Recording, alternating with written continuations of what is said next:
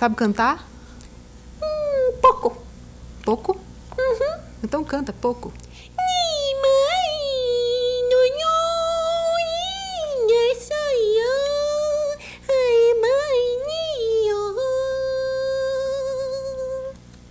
Tá bom. Este é o primeiro projeto que nós desenvolvemos com bonecos. A expectativa é grande.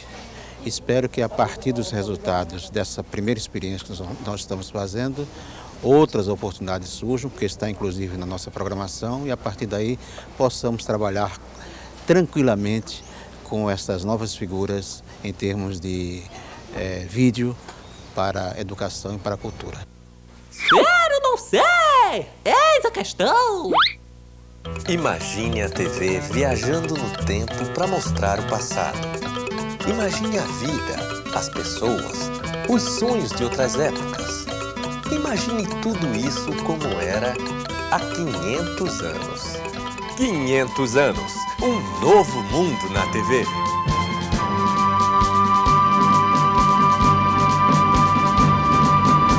Há 500 anos, Um Novo Mundo na TV é uma série feita para a TV Escola. E ela aborda desde o período das grandes navegações até o primeiro governo geral no Brasil. A origem dela foi a ideia de se fazer um programa, uma série de programas sobre fatos históricos brasileiros, sob o título de Faltou o Rádio na História. Essa ideia de Faltou o Rádio na História é dos anos 50, quando se fazia um rádio de conteúdo, um rádio voltado também para a educação das pessoas. Até que chega a televisão, nessa apoteose em que ela se encontra, então começou-se a pensar a televisão nas descobertas do Brasil. Terra! Terra à vista! Terra à vista! Quando eu peguei os roteiros, achei que ia ser mais ou menos fácil, porque a estrutura histórica ela já tinha sido definida por Albuquerque Pereira. Fez um trabalho primoroso. Só que na hora de transportar aquilo para uma ação viva, eu tive muito trabalho. Além do mar, para que ir tão longe se há tanta coisa a ser feita aqui mesmo? Pegar um fato histórico e sintetizar num rápido diálogo entre bonecos, né? Majestade, nossas caravelas são muito frágeis para atravessar o oceano. Eu não falei oceano. Coloquei alguns bonecos para fazer depoimento e as situações que eu pude transformar em ação, eu realmente transformei. E tinha que ser logo eu para organizar tudo isso! Calma, Martim. Aguente mais um pouco. Nós precisávamos fazer reconstituição da época através de livros, de mapas, etc. E isso foi realmente um trabalho de garimpagem de Nilza Lisboa, junto a alguns acervos, e conseguiu, com alguma dificuldade, todo o material no Gabinete de Português de Leitura. Nós fomos para o Gabinete de Português de Leitura e ficamos uns 7 dias lá, foram 7 visitas, vendo 300 livros, de onde extraímos imagens para caracterização de personagens históricos e ambientações que seriam utilizadas como fundo de croma. Na pesquisa em oficina, nós fomos descobrindo, tentando as melhores formas de construir o boneco para que ele servisse ao que o diretor pedia. Que ele tivesse a boca articulada, mas não fosse com um rasgão completo de queixo a queixo, que tivesse a possibilidade da articulação, mas que aquilo fosse suavizado para não ficar no lugar comum. A gente está querendo chegar próximo do humano, mas que, de certa forma, consiga transmitir as características dos personagens históricos, mas, ao mesmo tempo, destacando a questão de que são bonecos e que precisa ter uma certa graça, né? O rei apoia essas viagens porque ele está de olho no dinheiro. Precisávamos vencer um tempo e encontrando uma solução fácil, rápida e que nos possibilitasse produzir um grande número de bonecos. Foi feito o molde, né, em gesso, que é o molde geral, e aí cada personagem tem suas características. Então cada confeccionador pega o papel machê e sai modelando para criar detalhes diferentes em cada boneco? Exatamente. Eu estou modelando em papel machê as fisionomias dos bonecos. Cada carinha, cada um tem um jeito diferente, é nessa parte que se faz isso. porque ele já tem uma cara certa, a gente tem que copiar, a gente não inventa, não é como ele vai ficar do jeito que a gente quer. Então é mais difícil, a gente tem que prestar atenção a todos os detalhezinhos para ficar bem parecido, que é importante que fique, né? Com nossa coragem e a graça divina, chegaremos até as Índias Ocidentais. São, na verdade, 84 personagens e a gente está aqui se acabando de dia e noite para dar conta deles. Não tá fácil, não. Aí passa massa, corrida e lixa, depois é que pinta para uma base, para depois pintar isso aí que a gente está fazendo agora. Passar a pintura definitiva. Olho, boca, tudo isso. A gente está procurando a pintura que não reflita muita luz, né, e que dê certo, que dê o efeito que a gente está querendo com os bonecos. E aí nós nos deparamos com o problema das mãos. As mãos eram partes delicadas do corpo, com muitos detalhes e que não dava para se fazer uma a uma, num tempo que a gente não tinha. Então nós fomos tentando das mais variadas formas até descobrirmos uma que continuava sendo artesanal, os artesãos queimavam os dedos, cortavam a mão, mas foi a forma que nós encontramos e que aparece muito bem no vídeo. Eu estou aqui enchendo o molde para montar a mãozinha. E não pode parar, não? Não, parou aqui e perdeu tudo. Dá muito trabalho, porque a gente tem que pegar todos os detalhes e não pode ter quase nenhuma falhinha. De um povo heróico e um brado retumbante.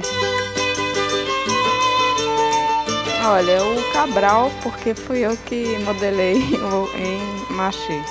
É um personagem bem interessante. Ele já viajou muito pela Rota Oriental e sabe lidar com povos estranhos. E tem um outro que é aquele ali, Dentuço. Majestade, majestade, majestade. Que não fui eu que fiz, mas foi eu que fiz esse dentão dele. E aí tínhamos que caracterizar 84 personagens. Então pensamos em trabalhar com os bonecos como se fossem atores que se caracterizam com a necessidade que se dá na cena. Então alguns bonecos se transformaram em 4, 5 personagens. Essas transformações se davam com a colocação de perucas, a colocação de figurinos, adereços, a repintura. E foi uma coisa muito interessante, porque a gente já não identificava mais aquele boneco. Um papa que se transformou em um escrivão, que depois se transforma num feitor. Ele vai se transformando e, de fato, foi uma brincadeira transformar e brincar com os bonecos como se fossem atores. Ai, querida, muito obrigada. Gente, estou tão feia ainda. O trabalho de direção de arte para mim foi um desafio porque eu tive que descentralizar muita coisa.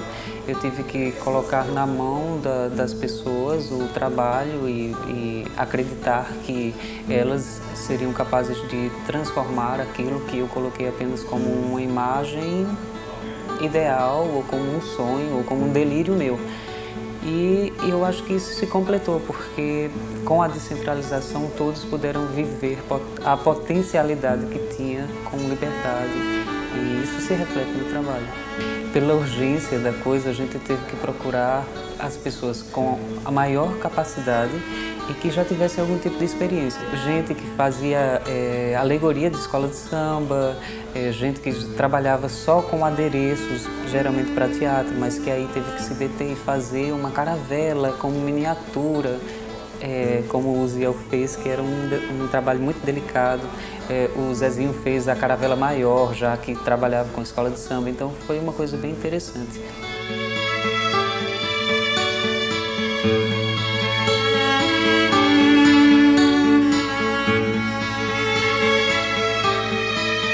Para todas nós está sendo assim um encanto, porque você volta a um tempo de criança, você volta a uma história e a cada figurino que você vai cortando, vai montando, é uma sensação diferente do belo, do maravilhoso.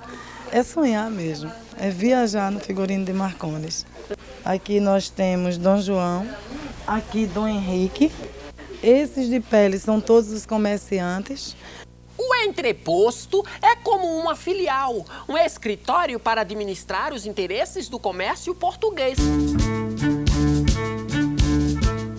Eu vou atrás, eu pego coisas para o cenário, eu vou pedir muita coisa para os outros, emprestado, faço claquete.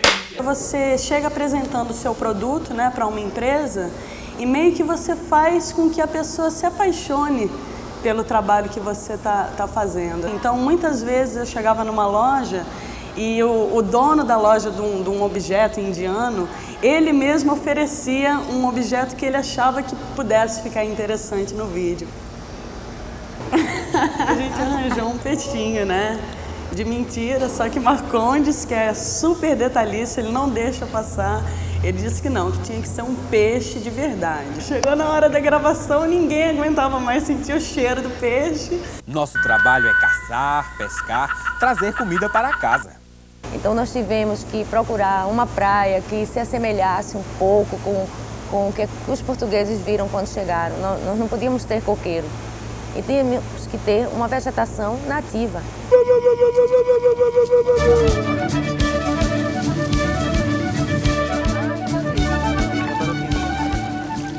Veja, cacique, há vários homens naquela canoa.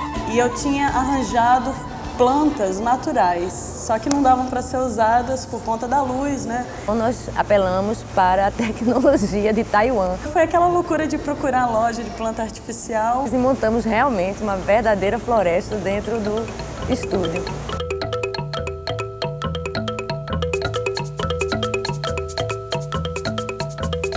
Nesse vídeo a gente trouxe uma coisa que já se fazia dentro do Bambolenga, que é juntar uma voz de uma pessoa com a manipulação de outra pessoa. Vamos fazer um teste da minha voz muito linda e maravilhosa. A gente pegou atores que eram versáteis, que já trabalhavam inclusive comigo em novelas de rádio e sabiam fazer criação de voz, que é uma coisa completamente diferente você dar a vida para um personagem usando só a voz. Então a gente tem assim, exemplos ótimos. No começo as pessoas ficaram assim um pouco tímidas, pensando, meu Deus, como é que eu vou conseguir criar tantas vozes? Aí elas, no processo, ensaiavam, aí já iam imaginando, olhavam para a cara do boneco, o manipulador chegava, a gente ia fazendo aquela interação e daí surgiram vozes maravilhosas. Lá existe ouro? Assim, a flor da terra não, mas... Não existe prata? Não, majestade. Cravo, pimenta, canela, seda. Pau-brasil. Como? Pau-brasil, majestade, pau de tinta. Já é alguma coisa. Vai dar para render uns trocadinhos para o tesouro real.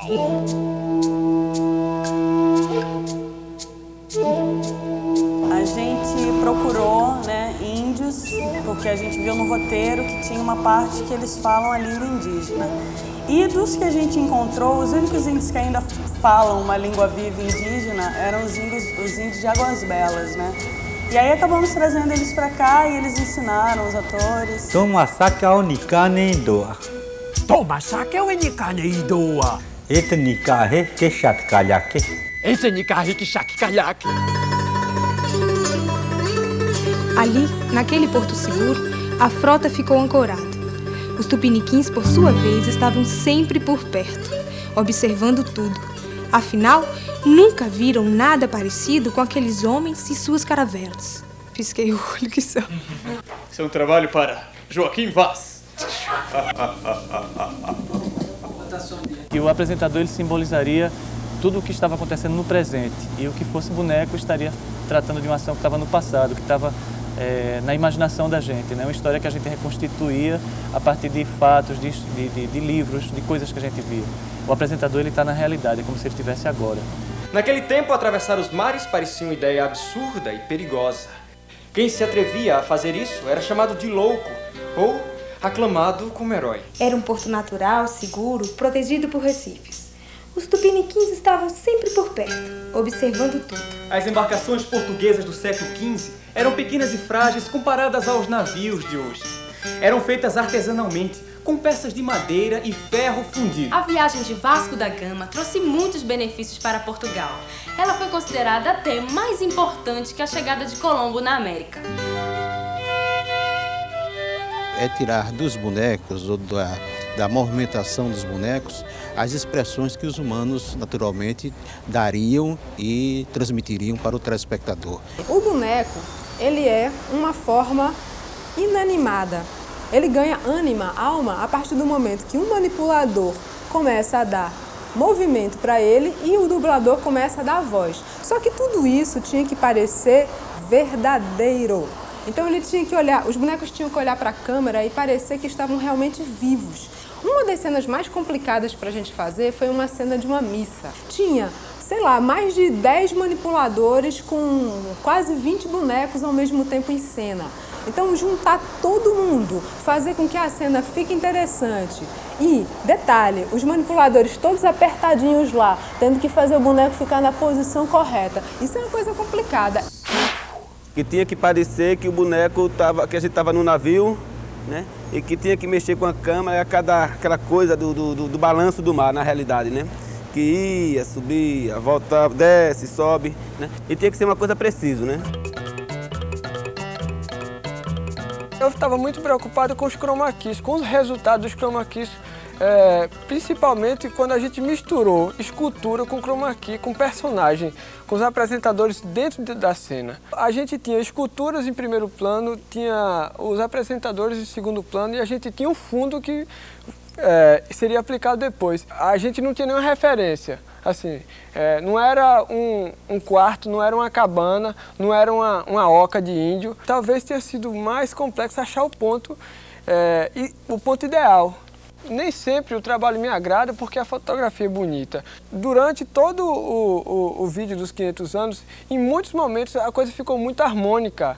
Os bonecos estavam caminhando dentro de cenário, dentro de palácio, que aquilo ali, quando ele começava a se expressar, aí tudo ficava completo. O escândalo de Mestre João, aquele universo que ele estava, aquelas batatas caindo em cima dos livros dele, dos papéis dele, assim, né? Ele estava dentro do universo assim que se criou um clima para aquilo, a luz foi se colocando nos pontos.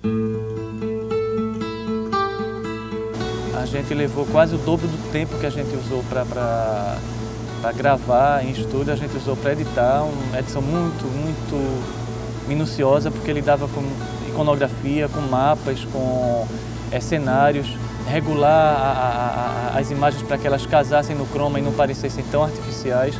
A questão do som também, a gente criar ambiência para determinadas situações que foram criadas em estúdio. Aqui todo dia é peixe com arroz e pão seco. A trilha sonora foi extraída da obra Brasílica, o romance da nau catarineta, que é do maestro Antônio José Madureira, uma figura reconhecida nacionalmente por sua pesquisa e seus trabalhos recriando temas ligados às raízes populares da música brasileira.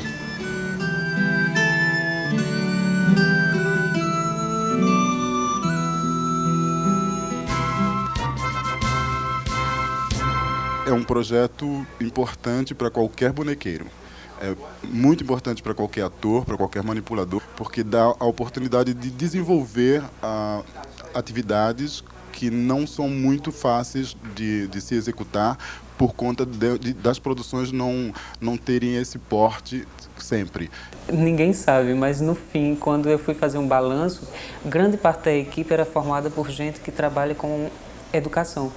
É um vídeo educativo e a costureira é professora de uma escola pública, a Fábio, Caio e eu somos arte-educadores, os apresentadores, uma grande maioria, é formada por alunos de arte-educação. Talvez por isso se encantaram tanto com o projeto e quiseram fazê-lo. Os adultos ensinam às crianças o que elas precisam aprender para viver.